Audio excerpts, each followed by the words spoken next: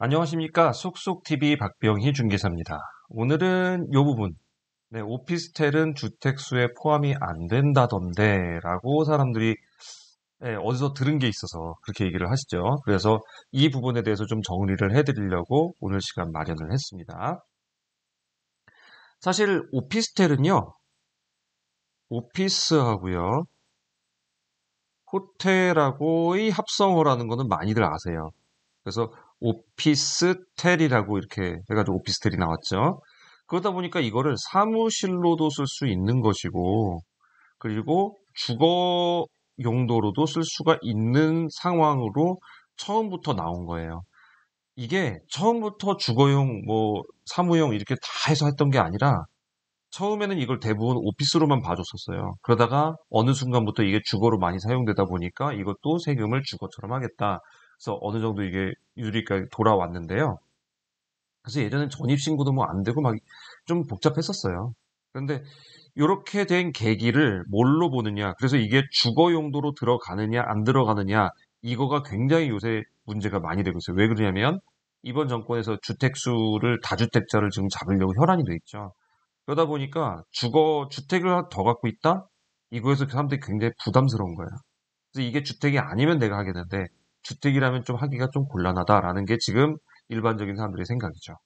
그래서 여기서 사무실로만 하면 상관이 없어요. 그래서 사무실로 쓰겠다? 그게 바로 일반 임대사업자를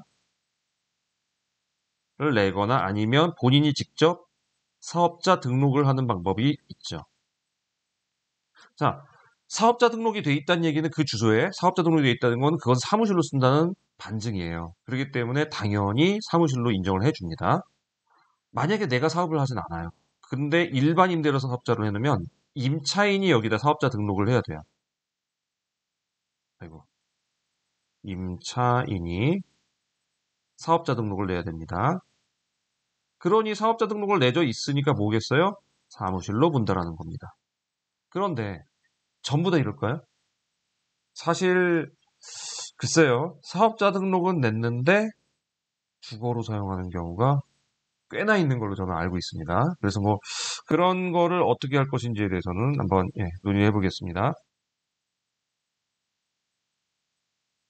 자, 아까 그러면 다시 한번 쓰면 오피스하고 호텔. 호텔의 경우, 그러니까 주거의 가능의 경우, 요 경우에는 어떻게 그럼 되느냐?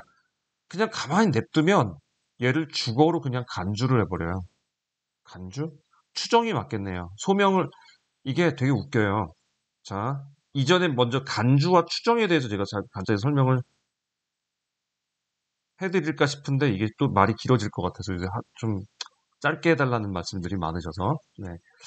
간주 추정은 나중에 그럼 설명을 드리겠습니다. 그거에 대해서는. 어쨌든 이제 주거로 추정을 한다고 보니까 여기다가 전입신고를 하면 빼박이죠. 여기다 전입신고를 했다는 얘기는 주민등록을 했다는 소리니까 이거는 100% 주거로 본다는 얘기고, 전입신고를 안 하는 경우 있을 수 있죠.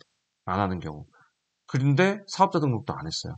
이런 경우는 주거로 추정하겠다고 하고 세무조사를 나오는 경우가 있는데, 세무조사 아무 때나 나옵니까? 아니에요. 이 사람한테 털었을 때, 양도세든 무슨 세든 세금을 1억 이상 뜯어내겠다. 그러면 그때 와요. 근데 뜯어낼 게 별로 없다. 그러면 안 옵니다. 아무나 오지 않아요. 예. 이렇게 전입신고하는데, 이런 부분에 대해서 이제 오피스텔을 뭘로 보는지 한번 쭉 훑어드릴게요. 자, 취득세부터 봐볼게요. 취득세. 요새 취득세가 중과가 됐죠. 네, 중과가 됐습니다. 그래서 취득세 중과되는 거를 처음에 1주택일 때는 1에서부터 3%, 그죠? 그리고 이거 가격에 따라 그런 거죠. 그리고 2주택 때는 8%죠. 취득세가. 3주택 때는 12%입니다. 자, 이렇게 들어가는데 1가구 1주택에서 2주택 넘어가는 사이에 그게 하나 있죠. 일시적 2주택. 그 경우에는 일단은 1에서 3%를 받아주고 1년 내에 앞에 거를 못 판다? 그러면 그때 가서 나머지를 추징합니다. 예. 그리고 3주택 때 12% 하는데 오피스텔은 그럼 어떻게 되느냐? 오피스텔은 늘 예나 지나 지금 계속 4%였죠. 그래서 다 합치면 4.6% 되죠. 예, 부가세 다 합친 거예요, 이거는. 근데 기본은 4%로 보죠. 이걸로 여기도 다 부가세가 다 붙습니다. 예. 4%로 보는데, 그러면 1주택 있는 상태에서 오피스텔을 사면은, 얘 2주택으로 보고 8%냐? 아니라고요. 4%라고요, 그냥. 2주택이 있는 상태에서 세 번째 주택으로 오피스텔 사면 12% 보냐? 아니라고요. 4%로 그냥 한다고요. 오피스텔은 취득세 중과할 때는 주택으로 보지 않는다라는 거예요. 그런데 이게 맹점이 있습니다. 취득세를 중과를 하는데 기존의 주택에 오피스텔이 포함되어 있다. 이거는 주택을 본다고 했어요. 예를 들어서 첫 번째 주택이 오피스텔이에요. 자, 1주택이 오피스텔이에요. 두 번째 주택 살 때 이거는 아파트예요. 요때 2주택으로 본다는 거예요. 요거 8% 매기겠다는 거예요. 또는 아파트 하나 있었어요. 1주택. 그리고 2주택이 오피스텔이었어요. 이때까지는 4%로 그냥 뭐 많이 내지는 중간은 안 됐네요. 세 번째 사면요. 요거 12% 매기겠다 이 얘기예요. 아파트 사면. 그러니까 오피스텔 이후에 주택을 산다. 그러면 이 오피스텔은 주택수에 포함된다는 얘기예요. 복잡하죠. 예, 취득세 중과한데 이렇게 들어갑니다. 오피스텔을 살 때는 중과에 주택으로 포함되지 않지만 오피스텔을 갖고 다른 주택을 살 때는 오피스텔 주택으로 포함한다고 하고 있어요. 아, 무슨 법이 이렇습니까? 이랬다 저랬다. 예, 그래서 옛날부터 오피스텔이 뭐 박쥐라고들 많이 하죠. 이게 쥐냐 쇠냐 오피스냐 주택이냐 좀 많이 그런 게 붙어요. 자, 두 번째로는요. 보유세. 보유세 오피스텔을 갖고 있으면은 어떻게 하나요? 보유세는 주택으로 봅니다. 아까 같이 사업자 등록 있죠?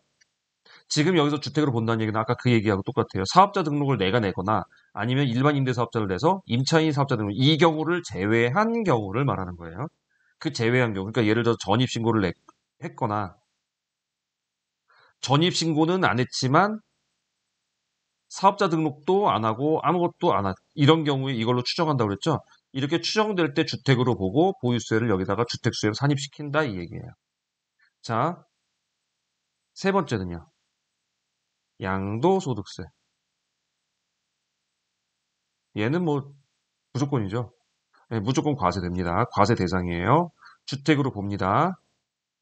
대신에 얘를 아까 사업자로 팔면은 중과는 안 되죠.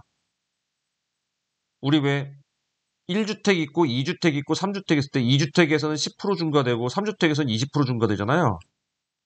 오피스텔을 사무실로 보면 중과는 안 돼요. 중과는 안 합니다. 근데 비과세는 아니죠. 근데 주택으로 볼 경우에는 1주택의 경우 비과세가 혜택이 되죠. 근데 일시적 2주택일 때만 그렇거나 아니면 1주택일 때만 비과세 받을 수 있는 거죠. 그래서 어쨌든 양도소득세 똑같아요. 내가 사업자 등록 안 내거나 아니면 일반 임대 해가지고 임차인이 사업자 등록 안 내거나 이러면은 전부 다 주택으로 보겠다라는 겁니다. 그래서 여러분들 오피스텔을 주택으로 안 본다? 아닙니다. 사실 이제 주택으로 봐요. 오피스텔이 진짜 구조적으로 얘는 오피스로만 사용 용도다. 이런 경우만 그게 제외가 되는데 어떤 경우냐면요. 그 경우가 요거예요. 주거용 오피스텔이 완전히 아닐 때. 어떤 때냐면요.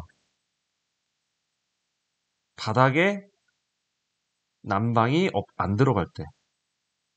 사무실은 바닥에 난방이 안 들어갑니다. 주거만 난방이 들어가요. 그죠? 바닥에 난방이 안 들어가면 이건 사무실로 보게 된다는 얘기예요. 그리고 주방이 우리 사무실 가면은 그 탕비실 있죠? 거기서 뭐 커피 타고 이렇게 하죠? 근데 부엌 있나요? 부엌 있는 경우는 없어요. 주방은 없습니다. 그러니까 주거의 특징이 뭐냐? 바닥에 난방이 들어가고 주방이 있다? 이거면 주거용 오피스텔로 보고요. 만약에 이 두 가지가 다 없다? 그러면 뭐 웬만큼 안 하셔도 이거는 사무용 오피스텔로 보겠다라는 게 지금의 시각입니다. 근데 아시죠?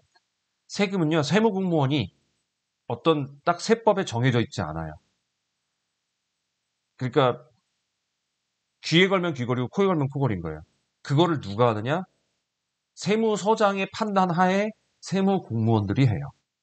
그러면 세무공무원이 와가지고 막 우기는 거예요. 얘 이제 주거용이다. 너 그래서 다른 거 팔았지? 이거 판 거, 양도세 너 이거 두 개로 해가지고 왕창 때릴 거다. 이러면은 사실 방법이 없다는 얘기예요. 그래서 이거를 확실하게 하려면 어떻게? 사업자를 내셔야 됩니다. 사업자 등록을 자기가 내거나 아까 일반 임대사업자 등록을 내가지고 임차인 사업자 등록을 내면 그러면 그때는 확실하게 사업자에게 보증을 받기 때문에 이럴 일이 없는데 그게 아니면 굉장히 물고 늘어져요. 굉장히 물고 늘어져요. 그래서 여러분들 괜히 거기에 막 끌려다니고 그러지 마시고 여러분들이 일반 임대사업자를 내든지 사업자 등록을 하든지 뭐 둘 중에 하나로 가시거나 그게 아니라면 이게 주거로 분명히 이 사람들이 좀 올 수 있겠다. 세무 공무원들이 털러 올 수 있겠다. 그거를 감안하고 준비하시는 게 좋습니다. 아셨죠? 자, 오늘은 오피스텔이 주거에 포함될 수 있는가, 주택에 포함될 수 있는가, 수에 포함되는 경우와 아닌 경우, 그리고 물리적으로, 구조적으로 이게 주택용인가, 주거용인가, 아니면 오피스용인가, 이거를 알아보는 관점에 대해서 확인해 봤습니다. 자, 오늘 여기까지 좋아요와 구독 꼭 좀 부탁드리겠습니다. 알람도 설정해 주시면 감사합니다.